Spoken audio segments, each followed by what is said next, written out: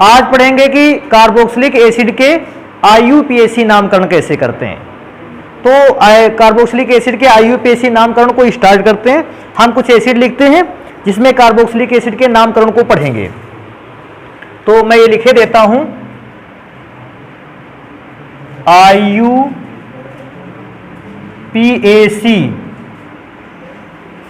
नामकरण। और बेटा IUPAC नामकरण किसका होना है, तो मैं लिखे देता हूं कार्बोक्सिलिक एसिड का। वैसे आपसे भी जब ज्यादातर हो सके तो IUPAC नाम को ही लिखेंगे आप। देखो ऋण पद्धति के नाम तो क्या है, बहुत कम डिमांड करता है ऋण पद्धति के नामों को। ज्यादातर अपने यहाँ जो डिमांड रहती है वो IUPAC सिस्टम में ही नामों की डिमांड रहती है। चालू करें हम लोग अपना पढ़ना। देखो मैं पहला लिखता हूं केमिकल, आप ध्यान देते जाइए, जो ना समझ में आए बताना हमको कि कौन सा समझ में नहीं आता। पहला बेटा मेरे पास है H सिंगल बॉन्ड COOH। वैसे तो हम जानते थे क्योंकि ये फॉर्मिका चींटी के डंक से प्राप्त होता है, हमने इसका नाम फॉर्मिक एसिड रखा था। लेकिन IUPAC नाम में कैसे, कार्बन कितना है 1, और कार्बन 1 है तो बेटा इसको क्या बोलेंगे, मेथेन।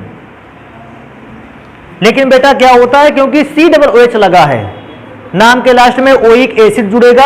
और ध्यान देने वाली बात है, जब ओइक एसिड जुड़ेगा तो मेथेन में से ई हटाया जाएगा और उसकी जगह पर लिखा जाएगा ओइक एसिड, तो इसका नाम हो जाएगा मेथेनोइक एसिड।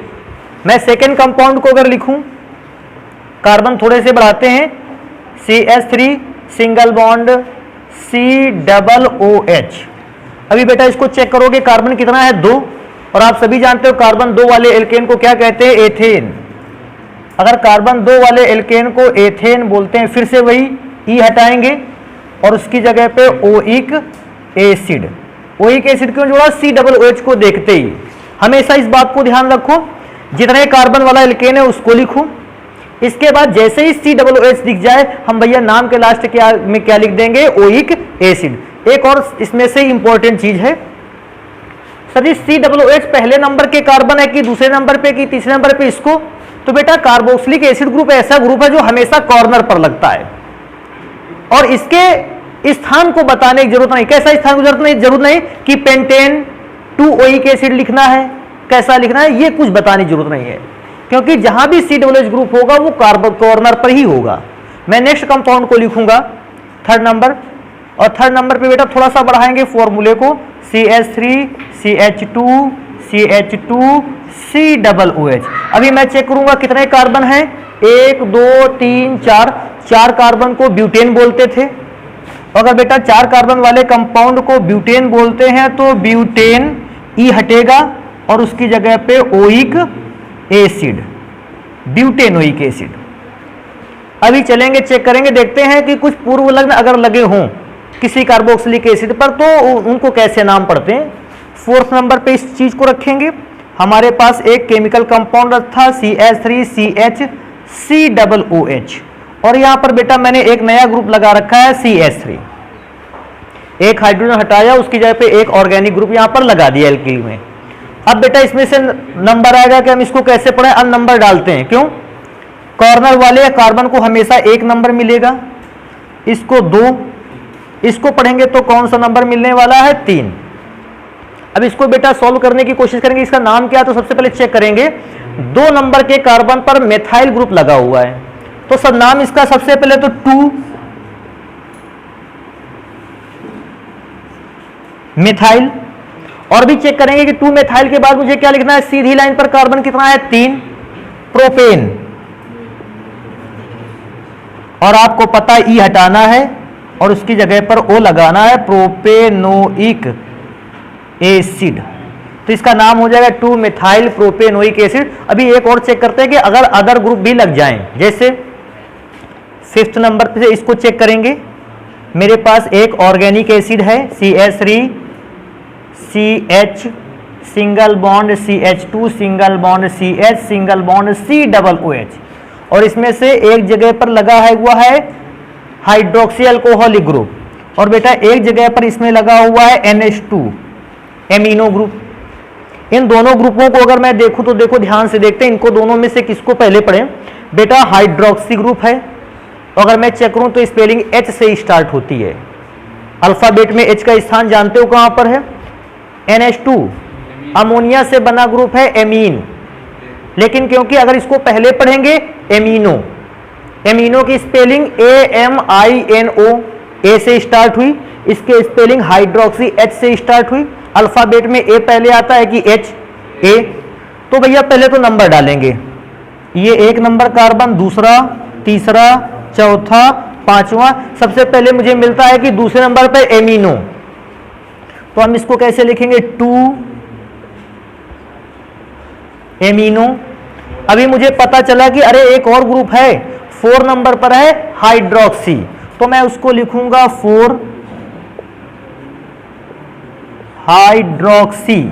अभी चेक करेंगे कि अब तो ये पूर्व लग्न ग्रुप सभी हो गए। सीधी लाइन में कार्बन कितना था? 5। नाम कैसे रखेंगे? Pentane oic acid, pentanoic acid. तो ये नॉर्मल से वे हो गए कंपाउंड जिनमें से हम लोग कोई ना कोई क्रियात्मक समूह या कोई फंक्शनल ग्रुप को हम उसमें चेन में से नीचे या ऊपर रखते थे। अभी चेक करेंगे बेटा कुछ आयुपेशी नाम इधर भी, कि इन कंपाउंड्स के आयुपेशी नाम कैसे चले। कैसा है कंपाउंड में पहले दिखा रहा हूं, तो 5 नंबर तक हो गए थे। 6 नंबर अगर मैं चेक करता हूं, देखो कैसे, CH3 CH CH CH2 COOH। बेटा मैंने यहां पर CH3 लगा रखा है और यहां मैंने लगा रखा है C2H5। अब C2H5 को कभी कभी जरूरत पड़ने पर ऐसे भी लिख सकते हैं, देखो लिख के दिखा दे रहे हैं, बाकी कोई प्रॉब्लम है नहीं। C2H5 को ऐसे भी लिख सकता था CH2 CH3, अगर ऐसा भी लिखता कोई प्रॉब्लम नहीं थी, सेम कंपाउंड था। तो लेकिन हम इसको अब क्योंकि पढ़ना है, इसको सामने लेके चलते हैं।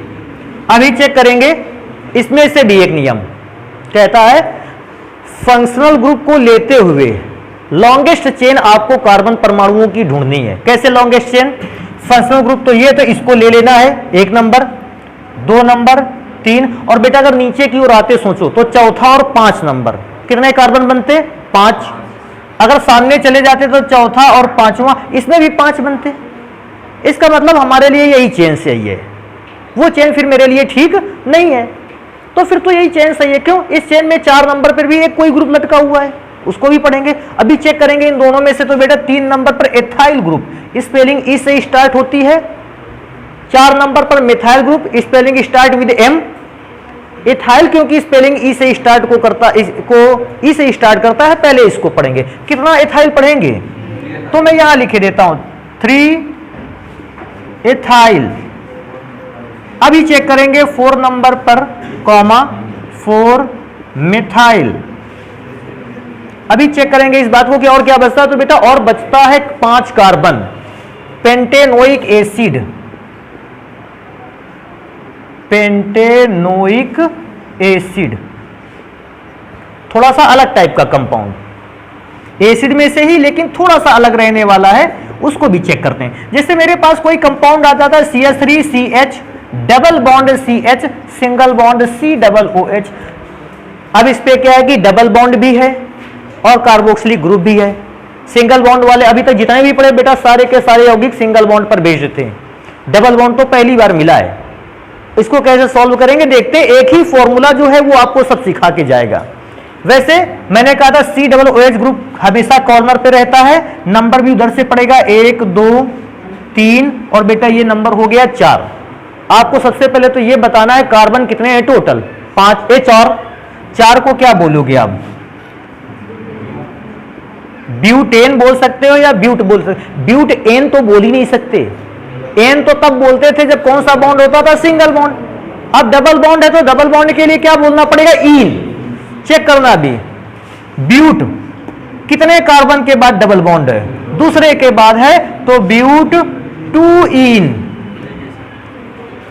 और बेटा लास्ट में, क्योंकि मैं एक बार फिर से रिपीट कर दूं, COOH हमेशा 1 नंबर के कार्बन पर ही होता है। उसका स्थान बता भी दोगे तो क्या लिखोगे? Comma 1 oic acid. और बेटा अगर नहीं भी बताओगे तो कोई प्रॉब्लम है ही नहीं मुझे उससे, ब्यूट 2 इन ओइक एसिड, कोई प्रॉब्लम नहीं। लेकिन अगर चाहोगे तो तुम इस बात को भी लिख लोगे कि 1 ओइक एसिड। हमेशा हर आदमी जानता है कि जो COOH है वो कॉर्नर पर ही लगेगा, हालांकि COOH कभी कभी बीच में भी लगेगा, लेकिन वो सिचुएशन मैं बताऊंगा अभी थोड़ी देर में। तो डबल बॉन्ड वाले का कंप्लीट रहेगा। अगर ट्रिपल बॉन्ड होता तो बेटा फिर इन की जगह पर क्या लगा देते, आइन। डबल बॉन्ड छूटता, ट्रिपल बॉन्ड आता तो हम लगा देते YNE, और बाकी कोई भी चेंजमेंट ना आता इस प्रकार के कंपाउंड में। लेकिन बेटा एक और चेक करेंगे, क्या चेक करेंगे कि अगर कभी कोई एसिड ऐसा मिल गया जिसमें COOH ग्रुप 2 बार है, उसका नाम कैसे पढ़ें। तो बेटा 8th नंबर मेरे पास एक कंपाउंड है COOH, single bond CH2, single bond CH2, single bond COOH। अगर आपको याद होगा, ये मैंने कल फॉर्मूला लिखा था, COOH CH2 ऊपर था, फिर सिंगल बॉन्ड लेके CH2 COOH नीचे था, सक्सिनिक एसिड इसका नाम लिखा गया था। लेकिन हमको तो IUPAC नाम पढ़ना है। चेक करेंगे कि कार्बन इसमें कितने हैं टोटल, सीधी लाइन पर 4, और उसमें से भी ध्यान देने वाली बात है, नंबर किधर से डालें, इधर भी COOH उधर भी COOH, दोनों ओर में से जिधर से मानो उधर से नंबर डालेंगे। ये इसको बना लेते हैं 1 2 3 4। पहले चेक करेंगे सीधी लाइन पर कार्बन कितना है, 4, बॉन्ड कौन सा है, सिंगल, 4 कार्बन को ब्यूट, बॉन्ड सिंगल तो एन, बेटा ई हटा लिया जाए। लेकिन अभी मुझे पोजीशन बतानी है। अगर मैं डायरेक्ट ओइक एसिड लिखता था तो हम क्या करते थे, ब्यूटेन में से ई हटाते थे, लेकिन अब मुझे सबसे पहले पोजीशन भी बतानी है। क्यों, एक COOH होता था, आप जानते थे कॉर्नर पर है, 1 नंबर पर है, लेकिन अब COOH कितने हैं, 2। अब तो नंबर पड़ेगा भैया, पहला किस नंबर पर है COOH, पहले नंबर पर, दूसरा COOH चौथे नंबर पर। कैसे बोलेंगे, ब्यूटेन ई लगाएंगे इस बार, ब्यूटेन 1,4। अभी आप सोचो COOH कितनी बार आया, 2 बार, तो डाई ओइक एसिड। कोई प्रॉब्लम तो नहीं इससे, लेकिन ध्यान रखना है इस बार नंबर कहां से पड़ेगा, COOH से ही पढ़ना स्टार्ट हो जाएगा। अभी एक और चेक करेंगे, 9th नंबर है भैया ये, और इसको अगर मैं चेक करूंगा तो देखो मैं लिखूंगा HOOC, single bond CH2, single bond CH2, single bond CH2, single bond CH2, single bond COOH। अभी मैं चेक करूंगा कार्बन कितने हैं टोटल, 6। नंबर किधर से डालें, जिधर से आपकी इच्छा हो। अब हम लोगों ने एक नियम बना रखा है, राइट से डालते हैं उधर से डाल देते हैं, कोई दिक्कत नहीं, लेफ्ट से भी रख सकते हैं। 1 2 3 4 5, और ये बेटा कार्बन एटम नंबर कितना हो गया, 6। अभी चेक करेंगे इसमें से कि इसका नाम क्या पढ़ें। तो बेटा कार्बन 6 हैं, 6 कार्बन को हेक्स बोलते हैं। अगर मैं IUPAC सिस्टम को देखता हूं, हेक्स एन, अच्छा हेक्स के बाद एन इसलिए भी लगाया, सिंगल बॉन्ड है, सीधी लाइन पर कार्बन 6 थे, हेक्सेन लग गया पहले नंबर पर और 6वें नंबर पर, 1,6 डाई ओइक एसिड। इसमें से बेटा एक और चीज आप लोग ध्यान देने वाले हो, क्या ध्यान देने वाले हो, अब उन कार्बन कंपाउंड को पढ़ेंगे जो कार्बोक्सिलिक ग्रुप 1 नहीं 2 नहीं बल्कि 3 बार रखते हैं। इसको भी ध्यान रखना है तुम लोगों को कि अगर कार्बोक्सिलिक ग्रुप अगर 3 बार आ जाता है उस कंपाउंड का नाम कैसे पढ़ेंगे। देखो एक चेन में मैं इतनी बात जानता हूं, क्या चेन के कितने किनारे हो सकते हैं, तो 2 तो कार्बोक्सिलिक ग्रुप कॉर्नर पर ही लगेगा, एक कार्बोक्सिलिक ग्रुप को बीच में ही कहीं चेन पर लगाना होगा। इसका मतलब अब वो सिचुएशन है जिसमें 3 कार्बोक्सिलिक ग्रुप हैं और उसमें से एक कार्बोक्सिलिक ग्रुप चेन के बीच में कहीं आप उसको लटका हुआ देखेंगे। कैसे देखेंगे, उसको फॉर्मूला पढ़ते हैं। हाँ एक और मैं बात बताना भूल गया, हेक्सेन 1,6 डाइओइक एसिड का एक और नाम है एडिपिक एसिड, और पिछली क्लास में हमने उसका फॉर्मूला कुछ इस टाइप से बनाया था शायद,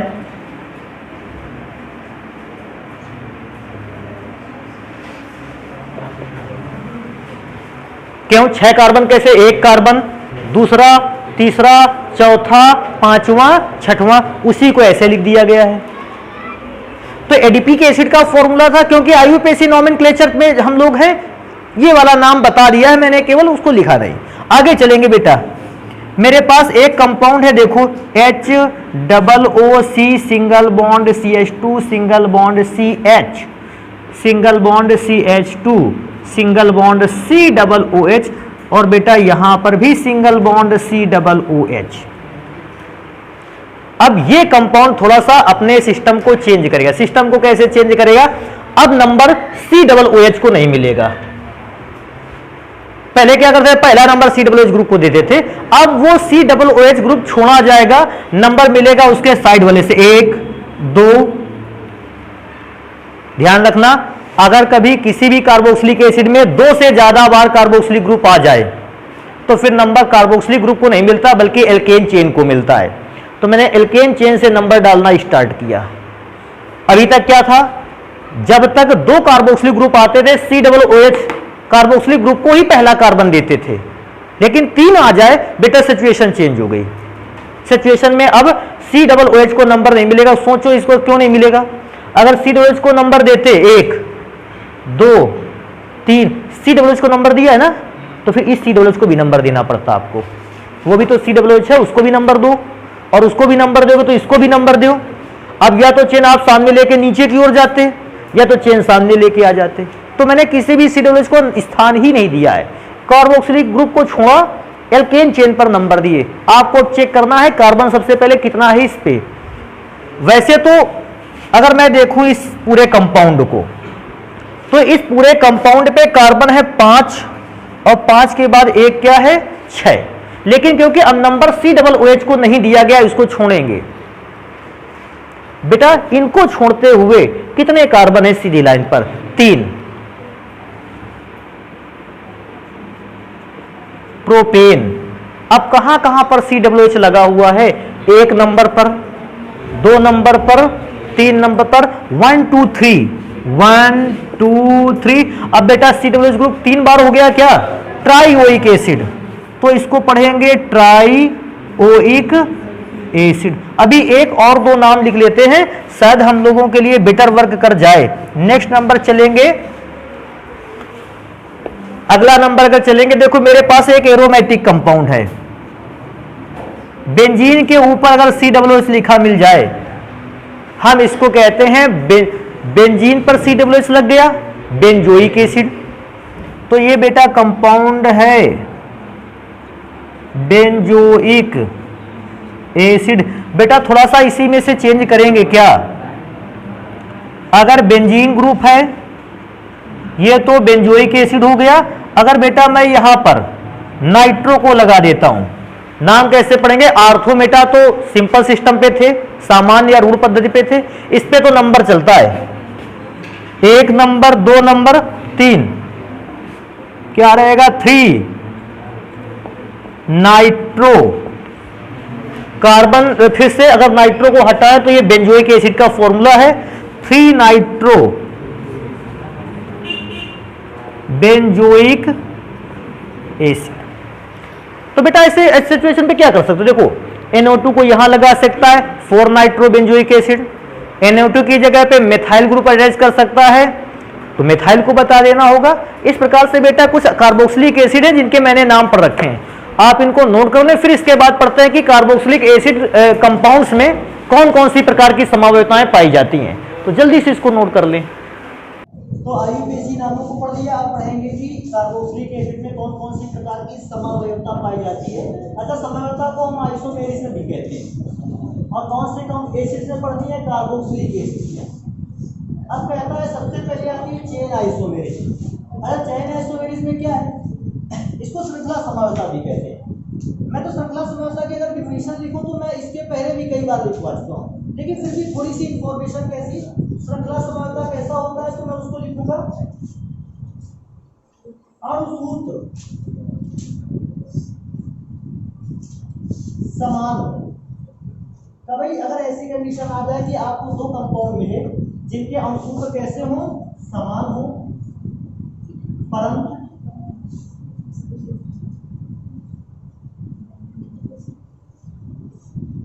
कार्बन परमाणुओं की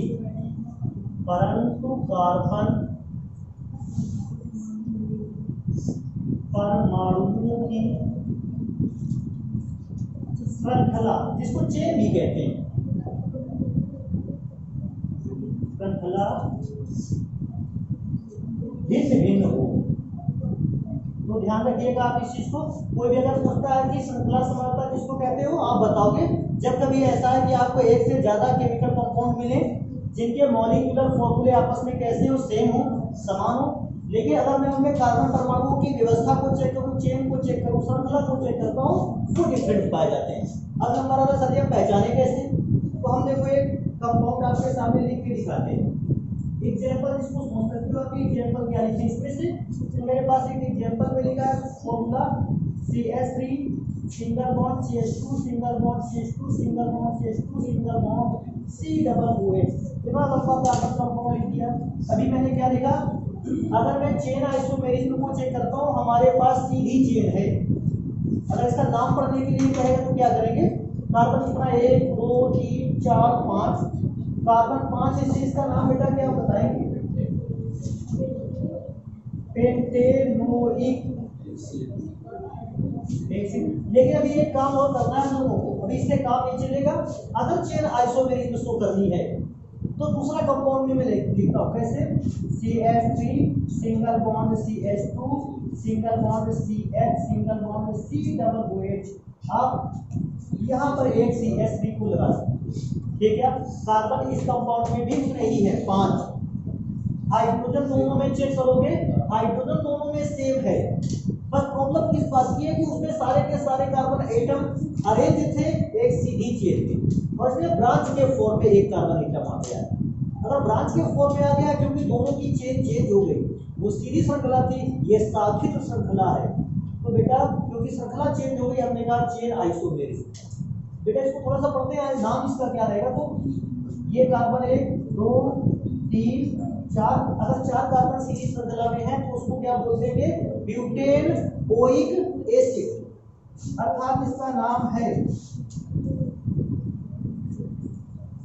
इसको थोड़ा सा इधर से लिखते हैं, ब्यूटेनोइक। और इसमें एक चीज बेटा देखो, दूसरे नंबर पे कौन सा ग्रुप लगा है, मेथाइल, इसके नाम के आगे 2 मेथाइल ब्यूटेनोइक एसिड। चेन पूरे एक और चेन को हम चेंज करके भी बना सकते हैं, कैसे। अब हम कार्बन इस बार 4 5 लिखे थे पहले, फिर 4 आए, अब कार्बन हम कितने लिखेंगे 3, CH3C सिंगल बॉन्ड C-OH। बेटा यहाँ पर एक CH3 एक ऊपर की ओर है, देखो ये सीधी श्रृंखला, इसमें एक कार्बन पर केवल एक डायरेक्शन में चेन, इसमें कार्बन पर दोनों डायरेक्शन में चेन, मतलब ये श्रृंखला फिर से आपने बदल दी। तो इस प्रकार से बने फॉर्मूले को चेक करेंगे बेटा, सीधी लाइन पर कार्बन कितना है 3, तो कार्बन 3 के बाद इसका नाम क्या पड़ेगा, प्रोपेनोइक एसिड। अभी थोड़ा सा और ध्यान दे लो बेटा, अगर इसमें सेकंड नंबर पहला कार्बन ये हो गया, दूसरा कार्बन, दूसरे नंबर पर 2 बार मेथिल लगा, एक ऊपर एक नीचे, नाम कैसे पढ़ेंगे 2,2, बिल्कुल सही, डाई मिथाइल या मेथिल प्रोपेनोइक एसिड। तो फिर एक बार मैं दोबारा से रिपीट करूं तो भी चेन आइसोमेरिज्म का नाम आएगा। आप सबसे पहले जितने भी कार्बन एटम का फॉर्मूले को लिखोगे सीधी लाइन पर अरेंज कर दोगे, इसके बाद आप सीधी लाइन में से एक कार्बन को क्या करोगे, कम, और उसको आप पूर्व लग्नक के समान नीचे लटका दोगे या ऊपर चेन पर। फिर एक फॉर्मूला बन गया, तीसरा फॉर्मूला कैसे बनाओगे, तीसरा फॉर्मूला बनाओगे, इस बार बेटा एक कार्बन पर इस बार 2 चेन बनानी, एक ऊपर की और एक नीचे की ओर। इस प्रकार से अगर आप श्रृंखला समानता को चेक करते हो, आप मैक्सिमम कितने फॉर्मूले बना सकते हो, 3, एक सीधी लाइन का, दूसरा सीधी लाइन में ऊपर या नीचे की ओर एक ग्रुप, तीसरा फॉर्मूला सीधी लाइन में एक ग्रुप नीचे की ओर एक ग्रुप ऊपर, तो श्रृंखला समानता हो गया बेटा। अभी नेक्स्ट अगर प्रकार की समानता को पढ़ें, पोजीशन आइसोमेरिज्म, जिसको स्थान समानता बोलते हैं, तो मैं इसको लिखता हूं पोजीशन आइसोमेरिज्म, जिसको अच्छा इसमें तो स्थान चेंज करना होगा, कैसे स्थान चेंज करना होगा, मुझे एक फॉर्मूला देता है, यही फॉर्मूला ले लेते हैं। इस फॉर्मूले को देकर तो देखो सबसे पहले तो ये लिखेंगे कि स्थान समानता होती कैसी है, क्या लिखेंगे, यौगिकों के अणु सूत्र कैसे होते हैं, समान हो परंतु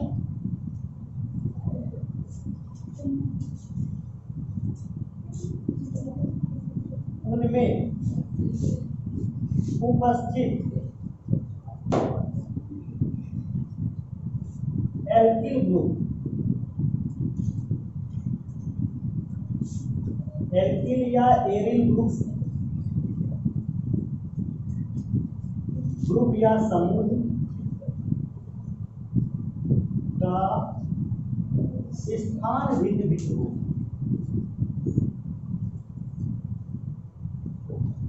तो इस समानता को हम कहते हैं पोजीशन आइसोमेरिज्म। जैसे इसका भी एग्जांपल बेटा चेक करते हैं कि इसके एग्जांपल को कैसे शो करेंगे हम लोग। तो देखो फिर से एक बार वही ले लिया जाए फॉर्मूला क्या लिया जाए, कार्बन है 5, तो आप बोल सकते थे C5, हाइड्रोजन को अगर मैं चेक करता हूँ 3 2 5 2 7 2 9 और 1 10 और ऑक्सीजन होते थे 2। मुझे ये एक केमिकल कंपाउंड दिया, बोला कि कार्बोक्सिलिक एसिड है और इसमें से आपको पोजीशन आइसोमेरिज्म को बताना है। तो पोजीशन आइसोमेरिज्म में होगा क्या, कार्बन 5 है लेकिन बेटा आप कार्बन कितने लिखो 4, CH3 CH2 CH single bond C double OH, तो चौथा 4 को लिखिए, पांचवा कार्बन कहाँ गया, पांचवा कार्बन यहाँ पर लगा दो एज ए मेथिल ग्रुप। पहला फॉर्मूला ये बना लिया। अब दूसरा फॉर्मूला बनाएंगे कैसे, दूसरा फॉर्मूला ऐसे बनाएंगे, फिर से एक चेन लिखेंगे CH3 single bond CH single bond CH2 single bond C double OH, और इस बार मैंने CH3 ग्रुप जो यहाँ लगा रखा था उसका स्थान क्या कर दिया, चेंज कर दिया, और मैंने CH3 ग्रुप को यहाँ लगा दिया। हुआ क्या, एल्काइल ग्रुप का स्थान क्या हो रहा है, लगातार चेंज होता चला जा रहा है।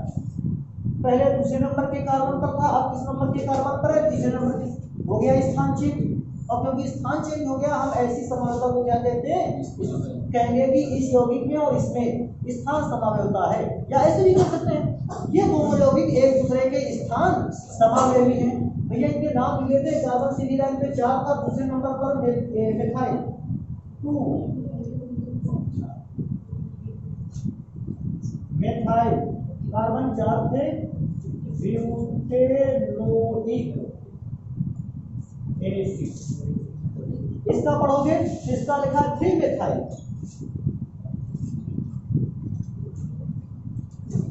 3 मिथाइल ब्यूटेनोइक एसिड। अगर दोनों में से चेक करें तो ये पोजीशन तो दोनों की डिफरेंट थी। अभी नेक्स्ट नंबर पे चलेंगे, एक और समावयवता को बेटा हम यहाँ पढ़ सकते हैं। कौन सी समावयवता को पढ़ सकते हैं, यहाँ देखें। अगली समावयवता है functional group, functional group isomerism. इसको कहते हैं क्रियात्मक समूह समावयवता। अब क्रियात्मक समूह समावयवता को कैसे पढ़ेंगे, इसको ध्यान देने वाली बात। एक हमेशा अपने दिमाग में भी इसको रखो, अगर कोई भी आपको कार्बोक्सिलिक एसिड मांग देता है और कहता है क्रियात्मक समूह समावयवता लिख के दिखाओ, तो मैं 2 चीजें जानता हूँ। पहली चीज, कार्बोक्सिलिक एसिड की पहचान कैसे होगी, दूसरा कार्बोक्सिलिक एसिड का फंक्शनल ग्रुप चेंज कैसा होगा। पहचान तो इससे हो जाएगी कि कार्बन के साथ ऑक्सीजन कितने रहेंगे, 2। देखो फॉर्मूले पर ऑक्सीजन कितने थे, 2। इससे यह अंदाजा था कि जो भी कंपाउंड मिला है वो कार्बोक्सिलिक एसिड है। पहली पहचान। बेटा दूसरी पहचान कैसे आती है कि दूसरा पहचान ये है, या दूसरी मुख्य बात ये है कि अगर आपके पास एक एसिड है और उसका फंक्शनल ग्रुप चेंज हो जाता है, वो एस्टर में चेंज हो जाता है। मैं दोबारा यहाँ पे कहीं लिख भी देता हूँ बेटा, इस चीज को बहुत ध्यान रखना। अगर आपके पास कोई कार्बोक्सिलिक एसिड है और आप उसका फंक्शनल ग्रुप चेंज करते हो, वो एस्टर में चेंज हो जाएगा। अब एस्टर में कैसे चेंज होगा उसको चेक करते हैं। कार्बोक्सिलिक एसिड का फॉर्मूला बेटा मैं कोई लिख लेता हूँ, सबसे पहले तो इसको लिखते हैं क्या बेटा, अणुसूत्र कैसा होता है, समान हो, लेकिन फंक्शनल ग्रुप भिन्न भिन्न हो। मैं इसको यहाँ नहीं लिख रहा, आप क्या लिखोगे, यौगिकों के अणुसूत्र कैसे होते हैं, समान, लेकिन उनमें उपस्थित कौन सा फंक्शनल ग्रुप एक दूसरे से कैसा होता है, डिफरेंट होता है। अब एग्जाम्पल की बात आएगी सर, एग्जाम्पल के थ्रू तो हम पहचानते थे, एग्जाम्पल मिल जाता ज्यादा बेटर था। मिल गया एग्जाम्पल, देखो इस एसिड को जानते हो ना, CH3C,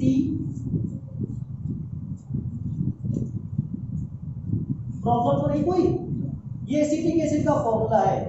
अब बेटा देखो एक चीज, फंक्शनल ग्रुप चेंज होगा तो स्ट्रक्चर से ज्यादा बेटर पता चलेगा, इसलिए मैंने O का सबका स्ट्रक्चर बना लिखा है, और अगर अच्छा स्ट्रक्चर बनाया O को H के साथ कनेक्ट कर दें।